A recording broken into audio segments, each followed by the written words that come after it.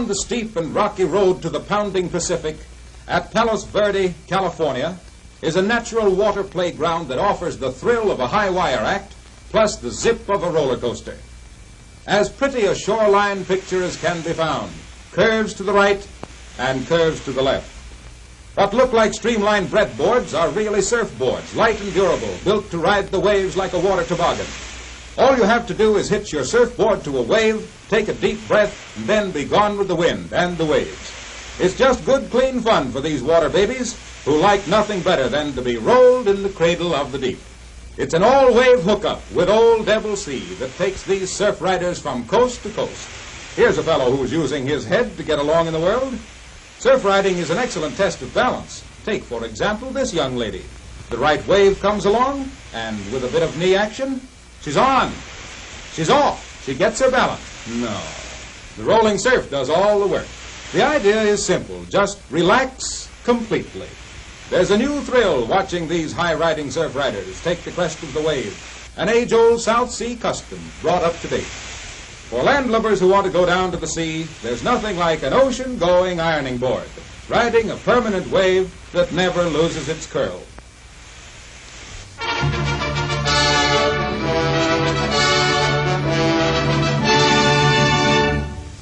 Hot, 112 degrees in the shade. Isolated from the rest of the world is the Wild Rose CCC camp at the western rim of Death Valley.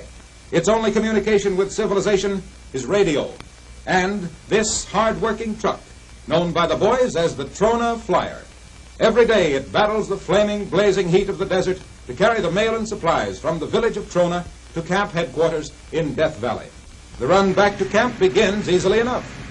But ahead is a road that has tested the stamina of man since the first pioneers drove their oxen and burros through this desert wasteland. The burning hot dust rises like a tropical storm in the oven-baked hills and valleys, where once men died a death even more horrible than death from thirst. Today, markers warn of the hidden danger of poisoned springs. In Death Valley, only the strong survive. As if the road and heat were not enough, the steepest of mountain grades adds to this torture test. The climb begins. It's an old trick for the Trona Flyer, now nearing a remarkable record of almost 100,000 miles traveled in this relentless climate and landscape. The Flyer speeds by old landmarks, a ghost town, somber relic of forgotten yesterdays, empty roads, silent homes, abandoned stores. But it's home again. 60 miles in 70 minutes. The Flyer is in, and it's good news that travels fast. So drop everything and come a-running. No time for radio, and don't dress for the mailman. There's nothing like a letter from home. Or, if it's a special occasion, maybe a package or two. Something like a nice box of creamy chocolates that simply melt in your hands. Help yourself. Take a piece. Take 2 pieces. Oh, take a spoonful.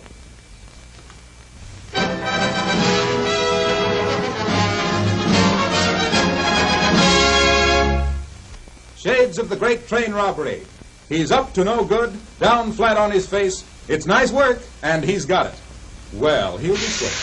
But that's nothing to get all steamed up about. Here they are, members of a new American cult. They're crazy, every one of them. Camera crazy.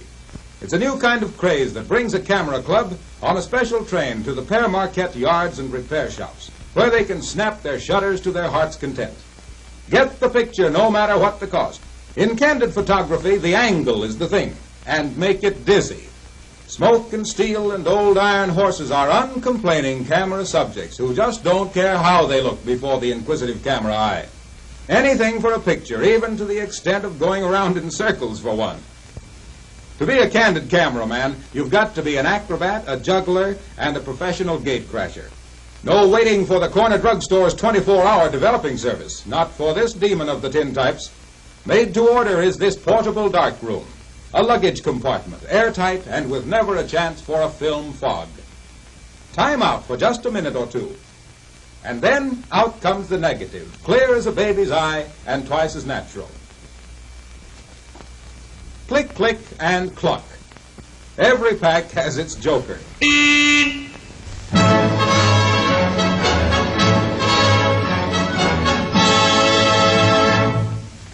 There's gun gunplay going on, and they're loading them, not with lead, but with lead paint. Yes, sir, the police of Elkhart, Indiana, are painting the town. Press this button, and bang goes the first gun. When the driver hears the report, he jams on his brakes, and bang goes the second gun. The stage is set for some novel gunplay in the interest of safety. When they're rolling, the officer beside the driver presses the button. All to prove just how quick is a quick stop. 2 shots and 2 pellets of paint bit the pavement. The distance between the marks shows the driver's reaction time, just how far the car traveled while he was getting his foot down on that brake pedal. 33 feet at 30 miles an hour, and that's about average for driver reaction time. His braking efficiency, excellent, gauged by the distance from the last paint splash to the front bumper. For accurately checking the efficiency of a driver and his brakes, it's a bang-up idea.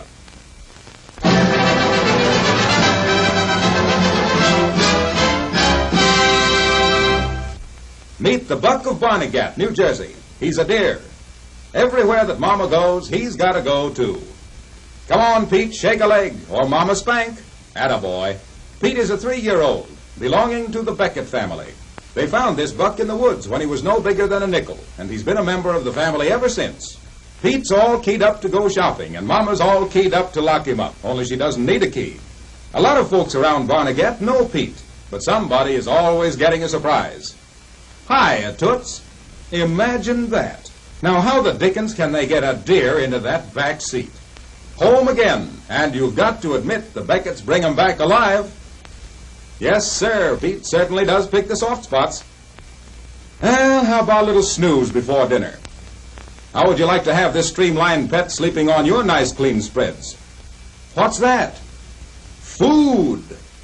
When Pete smells food, the shut-eye is over. Yes, sir, he'll have to look into that smell.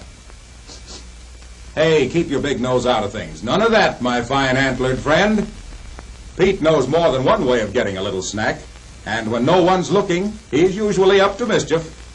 Mice in the kitchen, ants in the pantry, deer in the cupboards. What a life, what a life. There's nothing bashful about Pete. He's always sticking his nose into something. Deer is never out of season in the Beckett home. In fact, the Becketts are one family that has venison at every meal. Well, this certainly beats getting your antlers up over somebody's mantle.